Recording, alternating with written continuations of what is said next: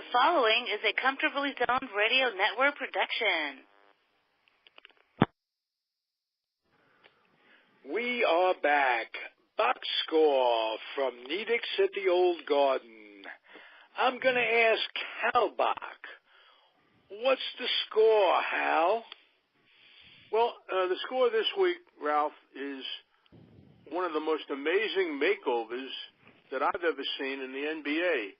The Cleveland Cavaliers last week cleaned their roster up. They made a trade 2 days or 1 day before the trade deadline, and they shipped out half a dozen players, which is unheard of in the NBA.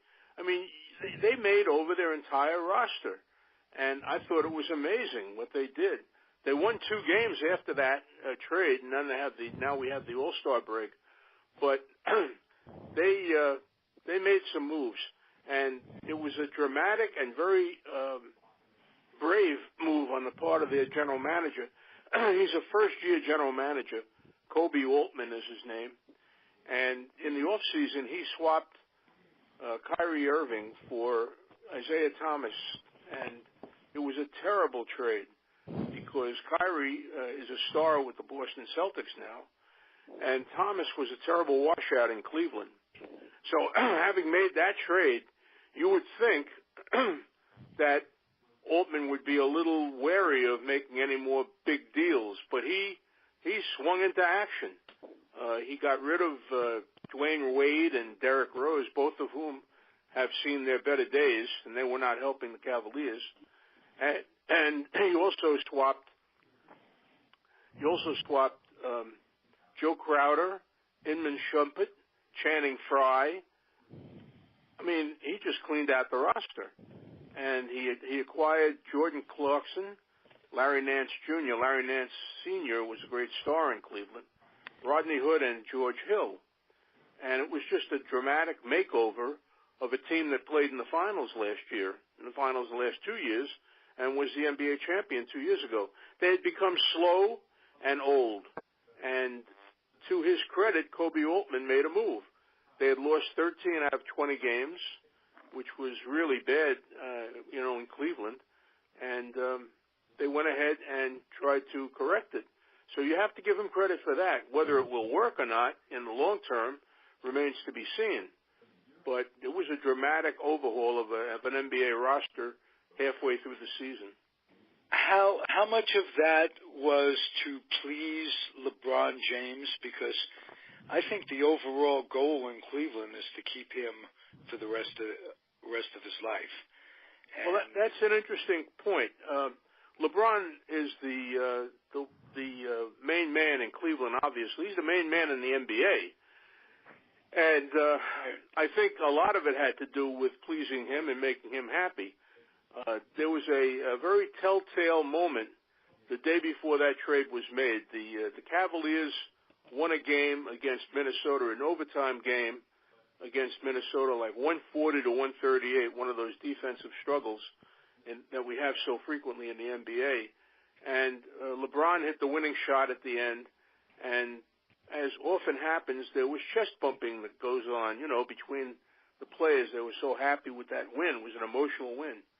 And LeBron ran to the bench, and he's bumping chests with everybody he could find. He did not bump chests with Isaiah Thomas. And everybody thought, uh-oh, something's up, something's going on. And the next day, Isaiah Thomas was on his way to Los Angeles. So you're right. I think a lot of it has to do with pleasing LeBron James. Now, there's another aspect to all of this. The Lakers made the trade, and the main incentive for them in that trade was to clear salary cap room to go after some free agents in the off-season. And the most attractive free agent in this off-season will be, you guessed it, LeBron James. So wouldn't that be ironic if the Cavaliers made a trade that provided Los Angeles with cap room and Los Angeles snatched LeBron James out from under their nose? That'll be interesting. It will. Hal, this is George. It's very interesting. I enjoyed reading, what you wrote about it and just listening to you now. I'm just curious. When Michael Jordan was with Chicago, I mean, he and Scottie Pippen, he had a really good supporting cast. Now, did LeBron and Isaiah Thomas, were they, teammates that got along, or was there egos involved? Do you know? I don't know what was wrong. What I do know is that Isaiah Thomas never fit into the Cleveland clubhouse. He missed like 30-odd games at the start of the season because he had a bad hip. Right. Now, if you're going to trade a star like Kyrie Irving, you better get somebody back who's going to step right into the lineup. Isaiah Thomas was not in the lineup for 30 games. When he started to play, he wasn't that very good. And apparently, and again, I'm not an insider in Cleveland, but apparently he had some issues in that clubhouse.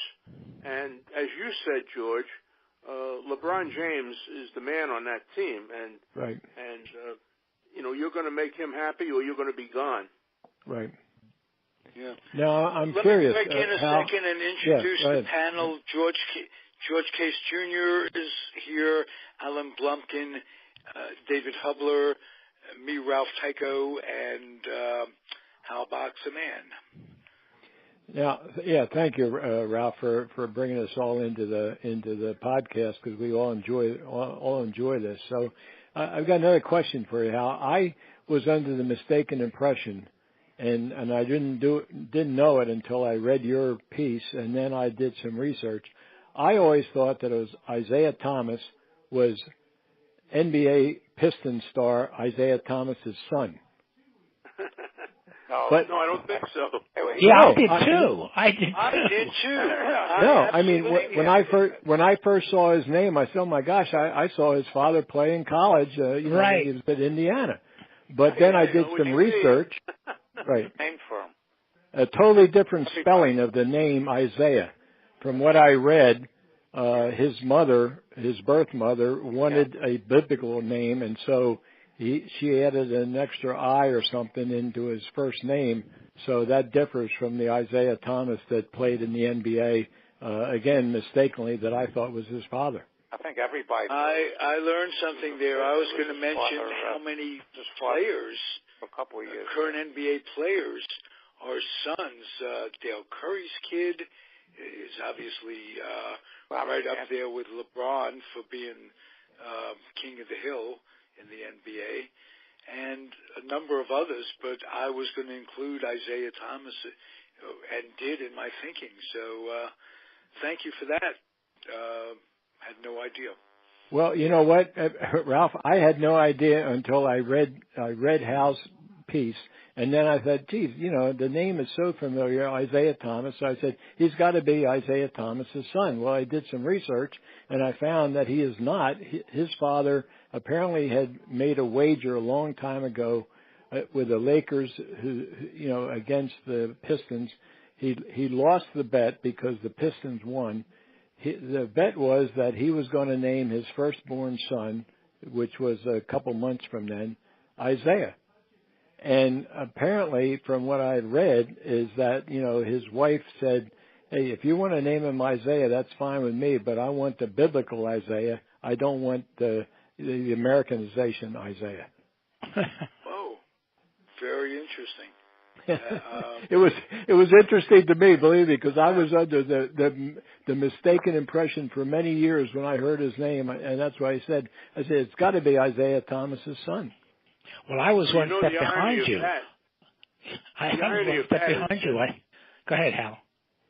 I'm sorry. The irony of that is that Isaiah Thomas, the original, is persona non grata here in New York, because he was coach of the Knicks as the Knicks started to go into the doghouse, and fans hate that name, hate that man, even though they hate 30 coaches. Those New York Knicks. Yeah, that's true.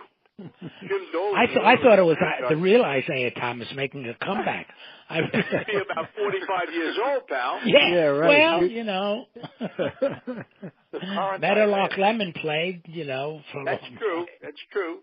I'm thinking if this was the old days, what's my line? Will the real Isaiah Thomas stand up? Right. The two guys stand up. That's right. So, Well, the one thing with me, with the name Isaiah Thomas, I mean, I recalled him because I saw him play, but I also saw him play for Bobby Knight at Indiana, and he was at Indiana when they won the national championship. I think he only played 2 years, and then he, forego his collegiate eligibility, turned pro, and had a great pro career as a player. But he certainly has, as Hal mentioned, he's had certain problems as an NBA executive and a coach. He's not highly thought of in that capacity, although everybody acknowledges he was one of the best of all time NBA players. Well, that whole New York franchise was terrible and has been terrible from the ownership on down. They can't seem to get anything now right. They are so dysfunctional, the Knicks. And they got hurt because Kristaps Porzingis, the one really substantial player on that team, tore up his knee. So he's out for the next year or so, and they have nobody. They haven't won a game since Porzingis went down, and who knows if they'll ever win another one. It's really bad. The Knicks are in a terrible situation, and it's not much better for the Rangers. So Madison Square Garden is struggling through a pretty awful winter. Now it's back to the days of the early 60s. Sort of, yeah. If the circus was still around, they wouldn't have to worry about losing dates to the Knicks and the Rangers then. Well, there's still college basketball in the Garden. And St. John's, which plays a lot of its games at Madison Square Garden, right, came up with 2 very, very impressive victories in the last week or so.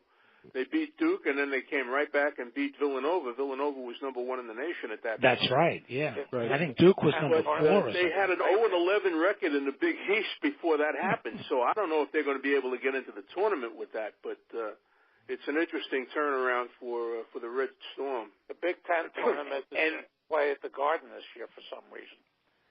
When did they they move it around, yeah. I know, but everybody's in the Midwest there basically, except for Rutgers. Nobody cares about Rutgers here. I thought the Big George does. Yeah, come on, Alan, don't knock my school. Yeah. They struggle in the Big. They were doing okay until they got in the Big Ten, and now they're getting hammered. My album by Pitt here, except the alumni. Pitt is 8-20 this year. Yeah, right. Explain to me when the Big Ten started a tournament, a postseason tournament. I thought they all do it now.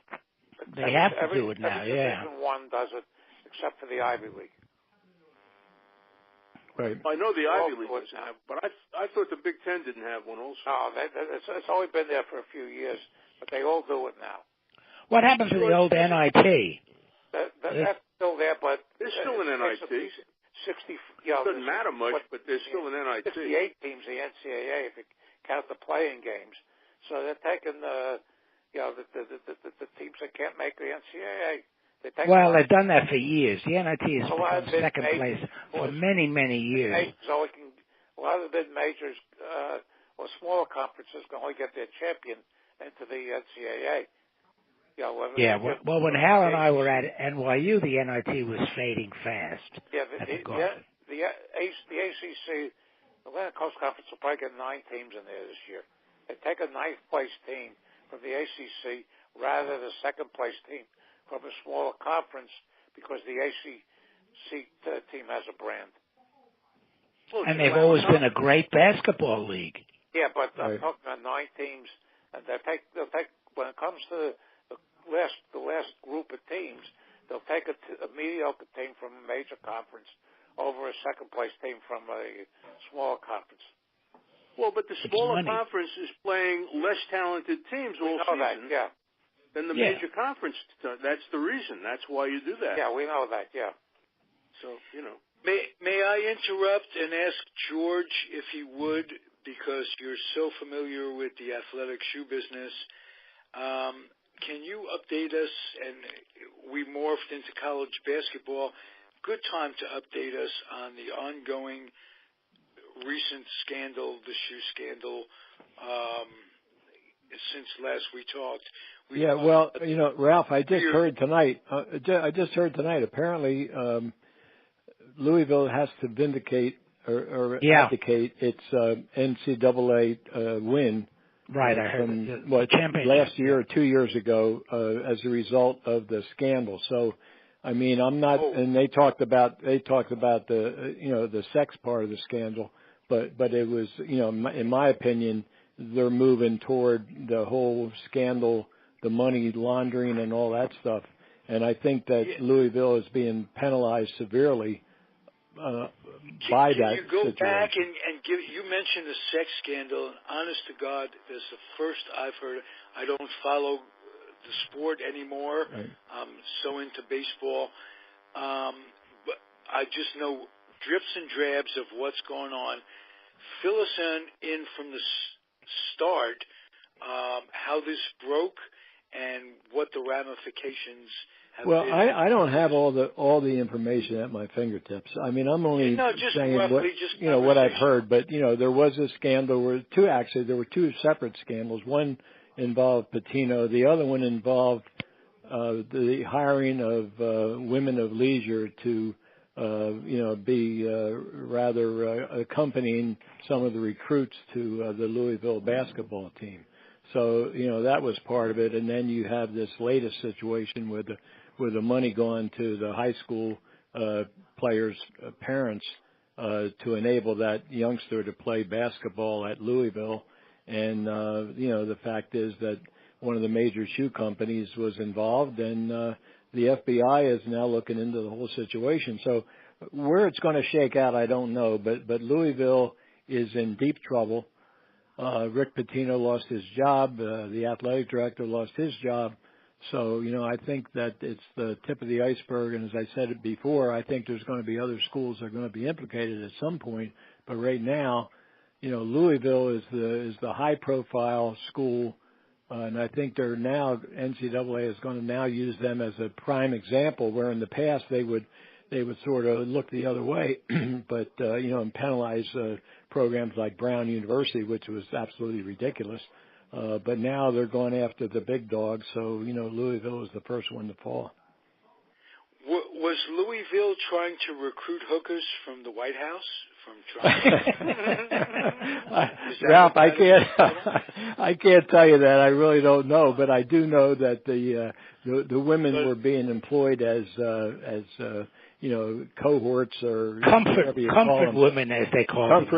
Comfort women in World War II, right? Yeah, They were being helping to recruit the young basketball players. Jay Billis on ESPN tonight was praising Pitino to the skies. His legacy won't be tarnished. He's one of the all-time great coaches. Blah blah blah blah blah blah. Yeah. Whose legacy will be tarnished? Are you kidding me? How could it not be tarnished? I mean, that's too much malarkey. How could it not be tarnished? Of course not. Yeah. These guys, these coaches, the head coach at these big schools are the bosses. They're the guys who run the show. And don't tell me that they don't know what's going on. I mean, you can't tell me that Pitino didn't know this was going on. Sure. That's ridiculous. Just like Roy Williams of North Carolina. Absolutely. The absolutely. Academic, and how you can't tell me the explain to me. Chancellor of the school didn't know. Somebody has to explain to me how North Carolina walked after they had that academic fraud scandal. Oh, yes. Right. I don't understand that. There is no worse crime to me in college sports than academic fraud. That's the very essence of your university. And they walked? How is that possible? That's true. You're right, Hal. Well, they did, and it's like it's the tail wagging the dog, because those college administrators, those presidents, whatever, they like the money coming in. That's for sure. And the fact is that Pitino or the basketball coaches or the football coaches of those major college programs, they run. It's an independent kind of a fiefdom there. They run their department. The school benefits because they get the money coming in, but they don't want to know what's going on because, they're not going to blow the whistle on their own school. Right. And they really run the schools, too, because they are the two big men on campus, the football and basketball coaches. Absolutely, if they're in first division. Ralph, I'm going to have to call back in. This extension that I'm on is dying. I'll call back in another. Don't you have another nickel? No, this phone. This particular at the candy store, right? Okay, I'll calling in the booth for a date at the candy store. Yeah, right. Yeah, you know.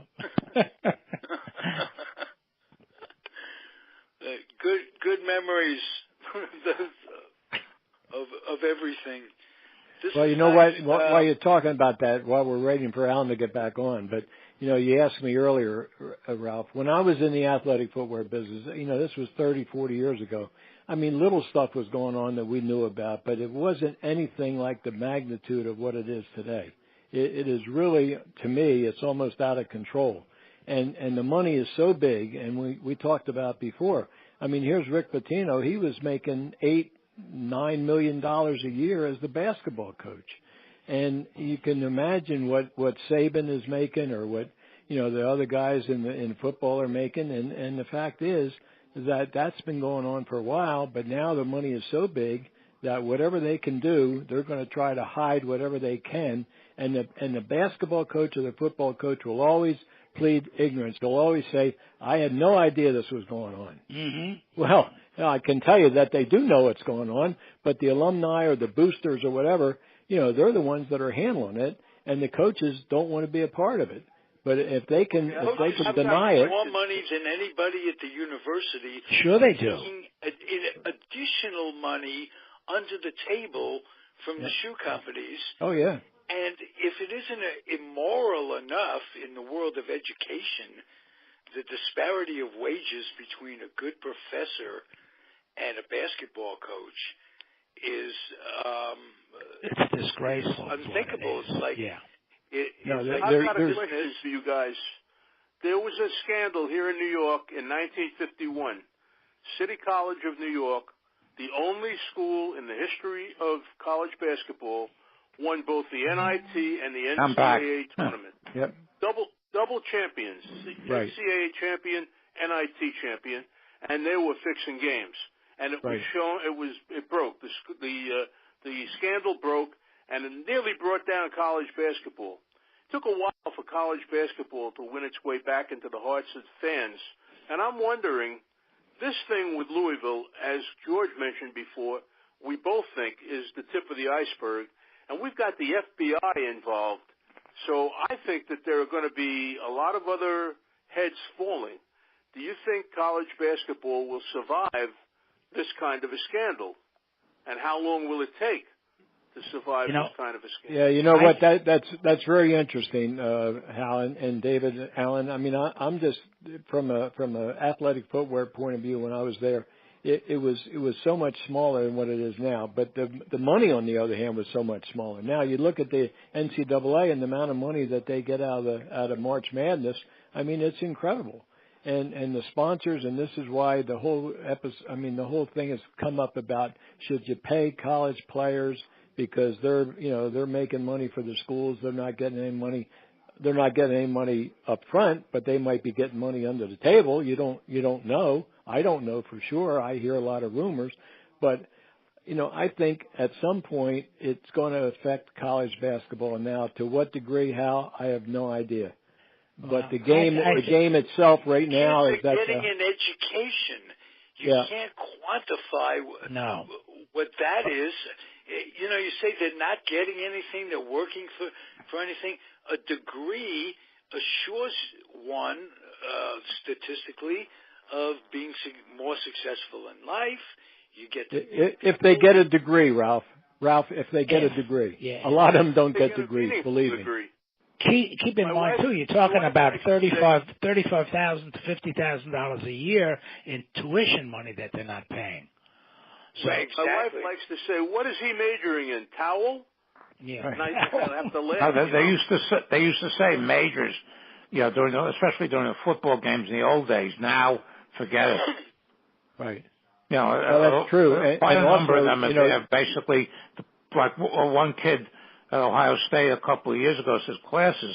I'm not here to go to classes. I'm here to play football." Right. Well, And that's the other part of it, Ralph and Alan and David.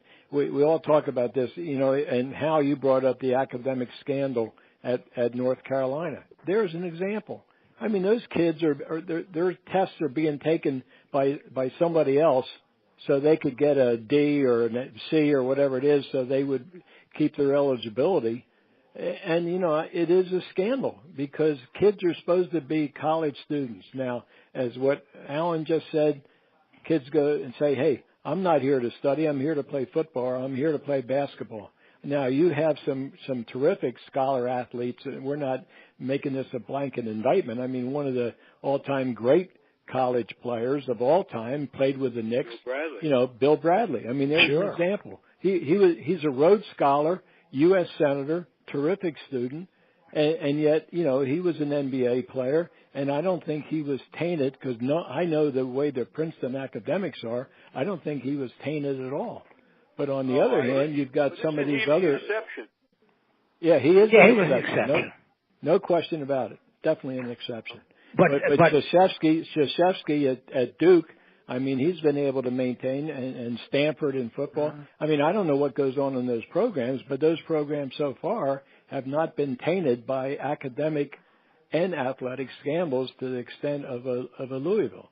Well, I would say Syracuse, Boham at Syracuse is pretty clean. Am I correct? Hey, yeah, but I tell you, to answer Hal's question, at least partially, in my opinion, if Louisville were a school that was playing a majority or many of its games in Madison Square Garden or in the what's the center out in Los Angeles where the big press is, the scandal would be much worse.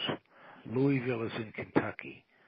It doesn't get the same kind of coverage. Right. I mean, because look, when you mentioned the 50 scandal between City College in 61, 62, you know that several teams that played in the Garden regularly were involved in another scandal, and NYU was one of them.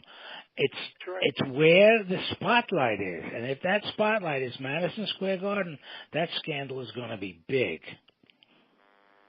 Tell me about the NYU scandal. That escapes me. Really? My memory. Hal, go ahead. You want to? It's your show. Well, my show, right? The NYU had a player named Ray Paprocki, and as a matter of fact, his uncle was a noted cartoonist for the company that I worked for, the Associated Press, Tom Paprocki. Well, Ray Paprocki was kind of a marginal guy. I mean, he was a good player, but he was subject to the gamblers. And I don't know that he fixed games. He may have altered the scores. I don't know that they lost games on purpose. I think they may have won games by less points than they should have. That's called shaving. And he was involved. Boston College was involved, I think, right, David? Yeah, and a couple. Well, St. Joe's had to vacate, I think, a third place finish in NCAA because of a couple of players. The thing about Paprocki was that he was a veteran. He had a family, and he was actually not on a complete scholarship, if I remember correctly. So he needed the money was necessary. He needed money. He was actually working part-time in the building that he was living in as the janitor, if I recall, or the superintendent, not the janitor, the superintendent in the building. And so when this opportunity came, the gamblers, and they were all from New York, when they came to him, and of course, listen, Paprocki was involved, but if you remember, Columbia was involved too. That's right. Oh. Yeah, they were. Jack Molinas, right? Jack Molinas. Oh, he was one of the gamblers. But yeah, he was a player. He was banned. Yeah, he was a player, but he wasn't involved in this scandal. The guy from Columbia, I'm trying to think of his name because I went to high school with him.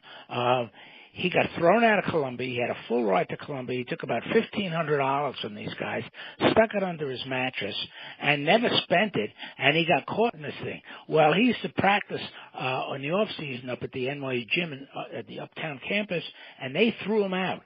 He wound up playing, I think, for Hunter College several years later.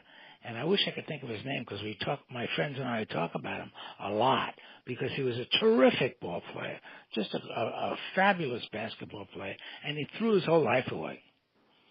You know who blew the whistle on that? I believe on that scandal was a player at Manhattan College named Junius Kellogg.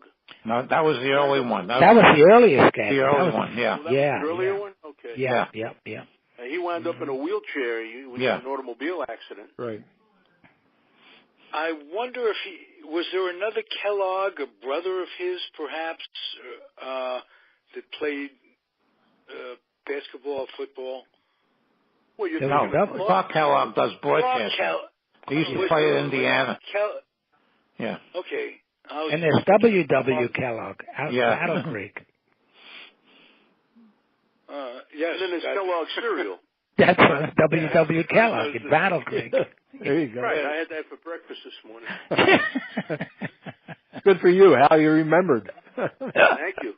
Well, we get to a point we can't remember what we had for breakfast. My little breakfast of champions, gentlemen. So, and it wasn't Kellogg's, I'll tell you that. Well, another great basketball player, they even named a position on the court for him, was post. That's right. Kentucky had two of their stars that were caught up in the early scandal in Alex Gross and Ralph Beard. That's right. The corrupt coach said they couldn't touch his boys with a 10-foot pole. Right. And both of them were thrown out of the NBA. Yep, you're right. And what's his name? What are the guys from Boys High got caught in that scam? Connie Hawkins. Connie Hawkins. So he wound up having to go to the ABA. The NBA would. He and Roger Brown both. And Roger Brown, right? And the thing is let me ask you guys another question. We're talking here about college basketball scandals, of which there are many, or have been many. Why do you suppose that college basketball is subject to scandals? College football has been clean. Because all you need to do is for a gambler to get to one player, and basically, from what I read on the scandals, the gamblers basically wanted them to shave points and not necessarily lose the game. Yeah, that's right. If you get to the quarterback, wouldn't that be just as good? But now the money is so big that anybody who would even entertain that, it would be certifiably insane. Why? I mean, a quarterback in college could do that. Let's not gloss by that. There have been no scandals, and you would think that a quarterback would be just as good or better. Better, sure. Yeah. So that's very interesting. There's been no scandals that we've been aware of. Are football players more insulated from that? Given that basketball is an inner-city sport, you could always find players playing at the gym, but and also the basketball is for a spectator sport is more intimate. Right, true. Half the football players you can identify half of them because most of them because they're all playing in full uniform. Well, I can tell you this from an athletic footwear point of view. When I was in the business, we would, based upon attendance and what you're talking about, Alan, up close and personal or away, we would pay, the athletic shoe companies would pay college football coaches less than they would pay a college basketball coach at the same level. So the guys that were in the top 10 coaches in basketball were getting more, money from a shoe company than the football coaches. Yeah, but wasn't that because they were the basketball? Because the visibility of the player was so much greater in basketball than it is in football.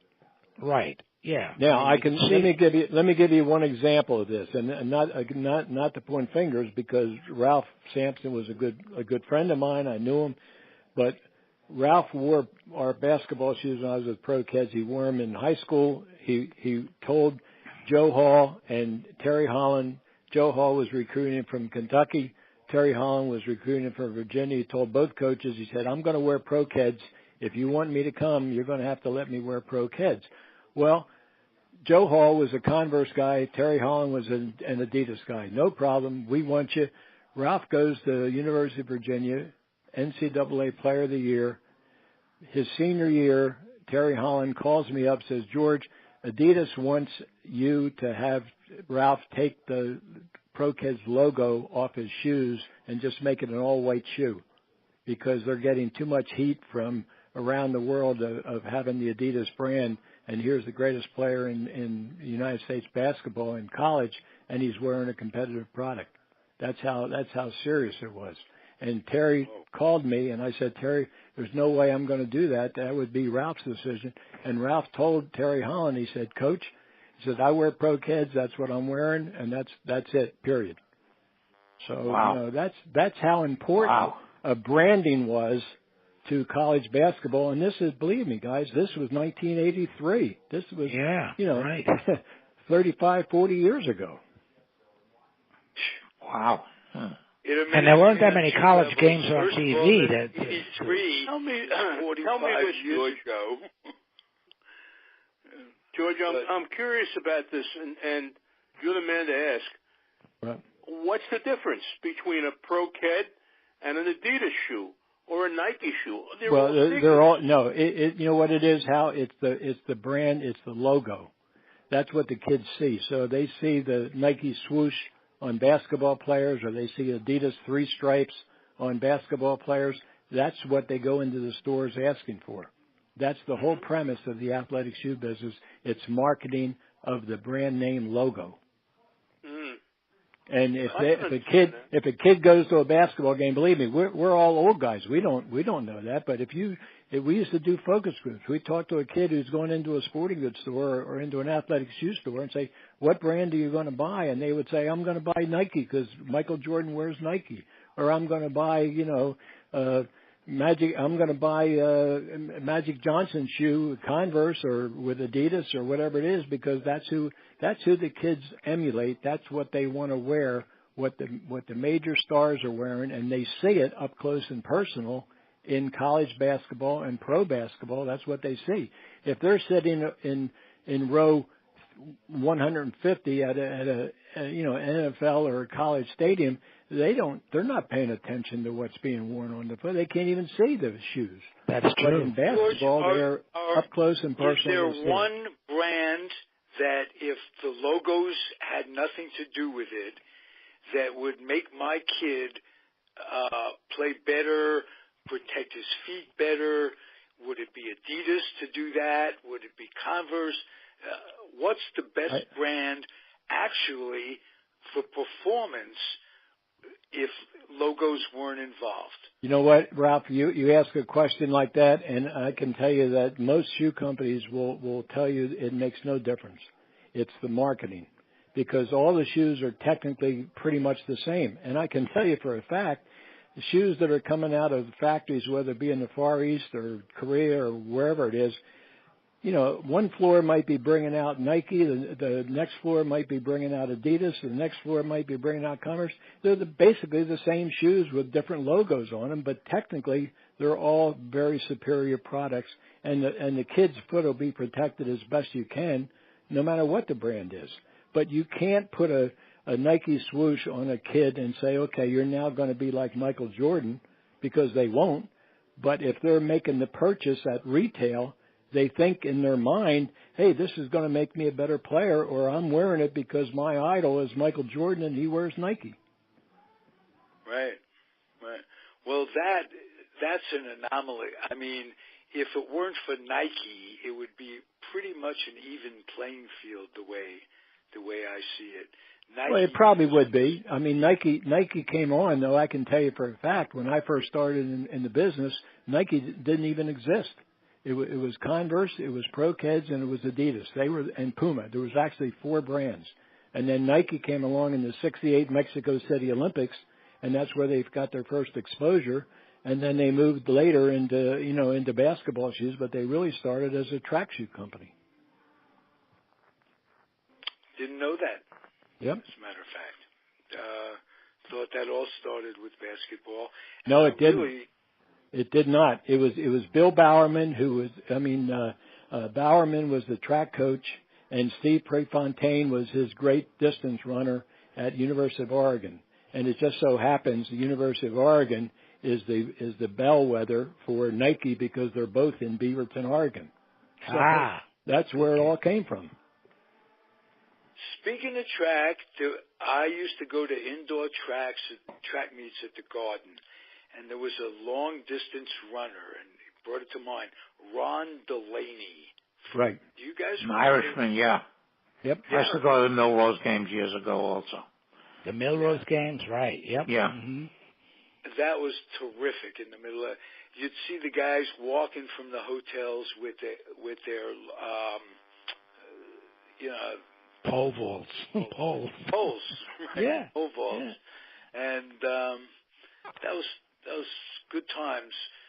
I Great covered way to some track. spend winters at Madison Square Garden. And I covered some memories track. Are great, guys. Thank you very much for a show. I learned something every week. I did not learn that Nike didn't start with Michael and basketball. I did not know that. So, George, thank you. Oh. Hey, my pleasure. I'm just an old guy now telling you about the way it started because I was there at the very beginning and I saw where it was going. So. Yeah. We're all old guys. Let's think of each other as mature, not use the word old. There you go. How about that? I like that better. Yep. All right. Hal, anything you want to close with? I just wanted to say you mentioned track at the Garden, and I covered some track, not a lot, but every time I went, it was like a three-ring circus. There was all kinds of stuff going on all over the place, and you didn't know where to look first. So I had a lot of trouble with track and field, I'll tell you. Yeah, well, I didn't cover it there, but you're right. That was my impression. Hop, skip, back in the days when they called it the hop, skip, and jump. The long jump, yeah. And there were several events going on at the same time, it's true. The field events, you had the high jump, the triple step, the pole vault. You had those going. The only thing and the shot put.